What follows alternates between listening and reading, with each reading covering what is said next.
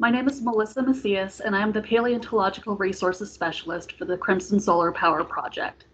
We are here today to discuss the project's potential impacts to non-renewable paleontological resources and the measures to be implemented that will help avoid or minimize adverse impacts to the fossil resources.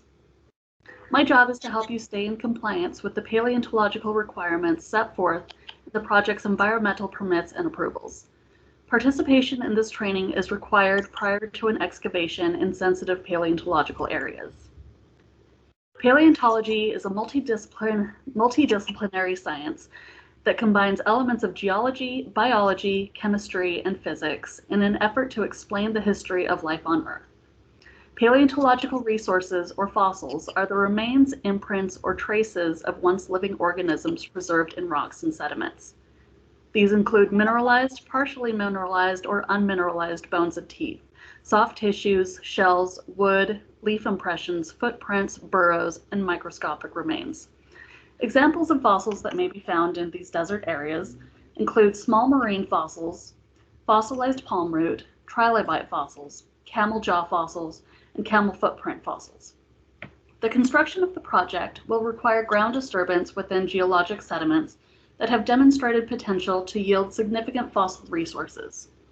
Knowledge and practice of the measures and procedures are the responsibility of all on-site personnel, and violation of these measures can result in costly project delays as well as serious consequences for the responsible individuals. The following are laws, regulations, and codes that affect paleontological resources in the project area. The National Environmental Policy Act recognizes the continuing responsibility of the federal government to preserve important historic, cultural, and natural aspects of our national heritage. The Paleontological Resources Preservation Act sets forth regulations and provisions pertaining to the paleontological resources on all federally administered lands and affirms the authority of the U.S. Bureau of Land Management policies already in place. Federal Land Management and Policy Act does not refer specifically to fossils. However, significant fossils are understood and recognized in policy as scientific resources. Permits that authorize the collection of significant fossils for scientific purposes are issued under its authority. The American Antiquities Act of 1906 establishes a penalty for disturbing or excavating any historic or prehistoric ruin or monument or object of antiquity on federal lands as a maximum fine of $500 or 90 days in jail. The National Historic Preservation Act of 1966 provides for the survey, recovery, and preservation of significant paleontological data when such data may be destroyed or lost due to a federally licensed or federally funded project.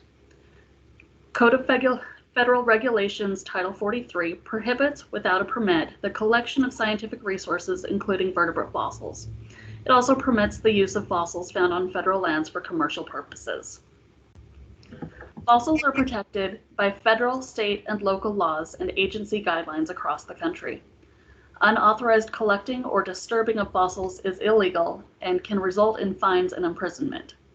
If you collect or even disturb a fossil within the project area, it may result in construction delays, fines, jail time, or loss of your job.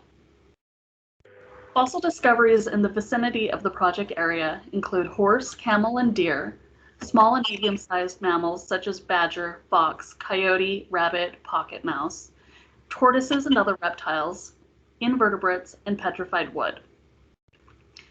Prehistoric artifacts and features may also be discovered during work activities.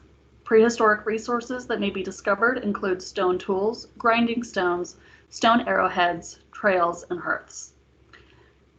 During ground disturbing activities, you may find bone, tusk material, turtle carapace or shell, teeth, shells, and petrified wood or plant material.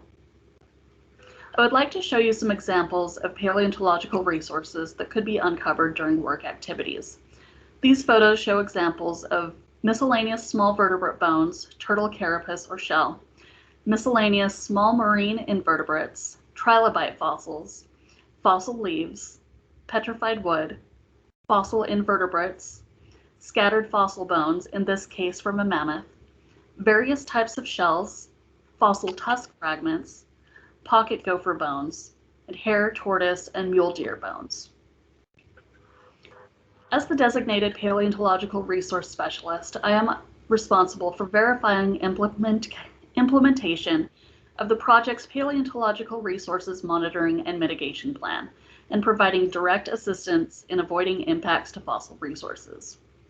My duties include advising construction and operation managers on the implementation of paleontological resources protection measures, supervising, conducting, and coordinating the implementation of the PRMMP, notifying construction and operation managers and the BLM of any non-compliance with any paleontological resource protection measures, responding directly to inquiries regarding paleontological resource issues, maintaining written records for the inclusion of monthly compliance report and the annual compliance report, supervising and supporting the efforts of the paleontological resource monitors, coordinating with resource agencies for compliance of protection measures. Paleontological resource monitors will be on site to respond to discoveries that are made during the course of ground disturbances within the project area. Paleontological resource monitoring will take place where construction activities will disturb previously undisturbed sediment that is determined to have a high paleontological resource potential or paleontological sensitivity, and in areas where the depth of prior disturbance is determined to be shallower than the planned depth of excavation. Areas where sediment will be buried but not otherwise disturbed, if any, will not be monitored.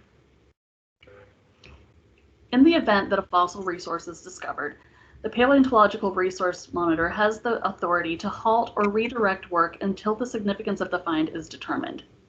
If the fossil is determined to be significant, the Paleontological Resource Monitor will collect the material and associated data, which might include bulk matrix samples.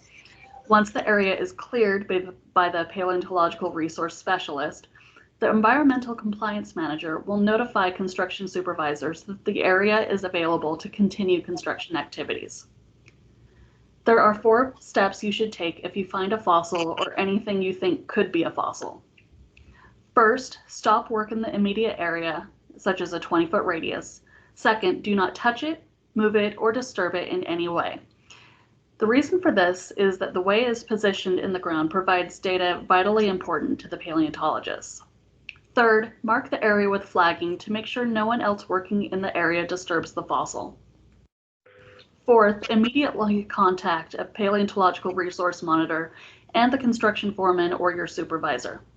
The paleontologist will examine the fossil remains and will document and collect them. Your supervisor will be informed when it's okay to resume work in the area.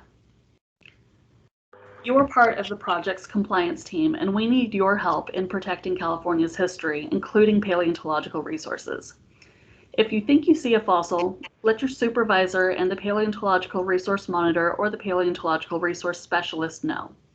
Do not inspect, pick up, or pocket any fossils. There are fines and penalties for unauthorized collection of resources. If you collect or even disturb a fossil, it can result in delays to construction and loss of your job. In closing, I would like to thank everyone for participating in today's environmental awareness training. Please take a moment to complete the sign-in sheet for today's training.